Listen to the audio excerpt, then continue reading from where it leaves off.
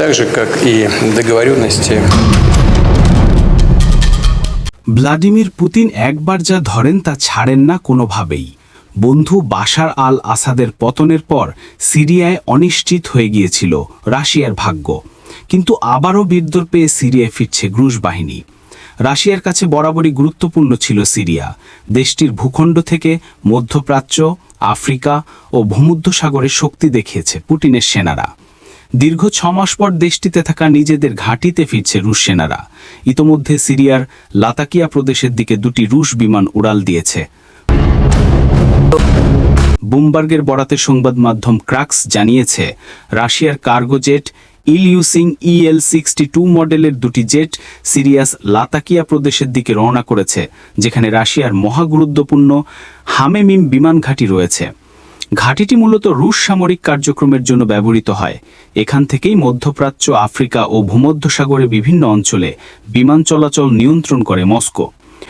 আসাদ সরকারের পতনের পরপরই সেনাদের ফিরিয়ে নিয়েছিল রাশিয়া, তবে সিরিয়ার অন্তর্বর্তী সরকার প্রধান আহমেদ আল-সারার সাথে বৈঠক শেষে 6 মাস পর পুনরায় ঘাঁটিটিতে ফিরতে শুরু করেছে পুতিন সেনারা। ক্রাক্সের তথ্য বলছে, হামিমিম ঘাঁটিতে রাশিয়ার বিভিন্ন ধরনের সামরিক বিমান থাকবে। প্রয়োজনে এগুলো মধ্যপ্রাচ্য, আফ্রিকা ও ভূমধ্যসাগরে বিভিন্ন অভিযানে পরিচালনা করতে পারে।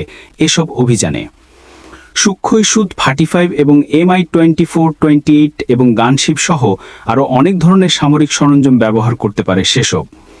6 মাস এগুলো অব্যবহৃত অবস্থায় পড়েছিল, এবার পুনরায় এগুলো চালু হবে বলে ইঙ্গিত দিয়েছে মস্কো। না তাজমহল, সেনাই এই মশা সহিষ্ণু ইসলামী কথা মৃদু।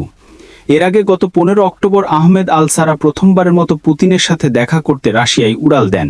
এরপর দ্বিপাক্ষিক বৈঠকের সময় সিরিয়াল নেতা মস্কোর সাথে সম্পর্ক পুনরায় স্বাভাবিক করার ইচ্ছা প্রকাশ করেন। তার 2 দিন আগে আরব দেশগুলোর সাংবাদিকদের সাথে এক বৈঠকে রুশ পররাষ্ট্রমন্ত্রী সের্গেই লাভরভ বলেছিলেন, রাশিয়ার সামরিক ঘাঁটি যদি সিরিয়া বজায় রাখতে চায়, তবে নতুন বাস্তবতার মধ্যে বিভিন্ন কাজের জন্য সেগুলো পুনরায় ব্যবহার করতে পারে। মূলত দুপক্ষের স্বার্থ বজায় রাখতেই হামিমিম ঘাঁটি ফিরে পেল মস্কো। সিরিয়ার ভূখণ্ডে প্রধানত 2টি সামরিক স্থাপনা পরিচালনা করে আসছে রাশিয়া। লাতেনিয়ার 10 কিলোমিটার দক্ষিণ পূর্বে অবস্থিত সার্তুজ নৌসরবরাহ ঘাঁটি এবং হামিমিম বিমান ঘাঁটি ব্যবহার করছে মস্কো। তারতুসে সোভিয়েত ঘাঁটিটি 1971 সালের একটি দ্বিপাক্ষিক চুক্তির আওতায় প্রতিষ্ঠিত হয়েছিল।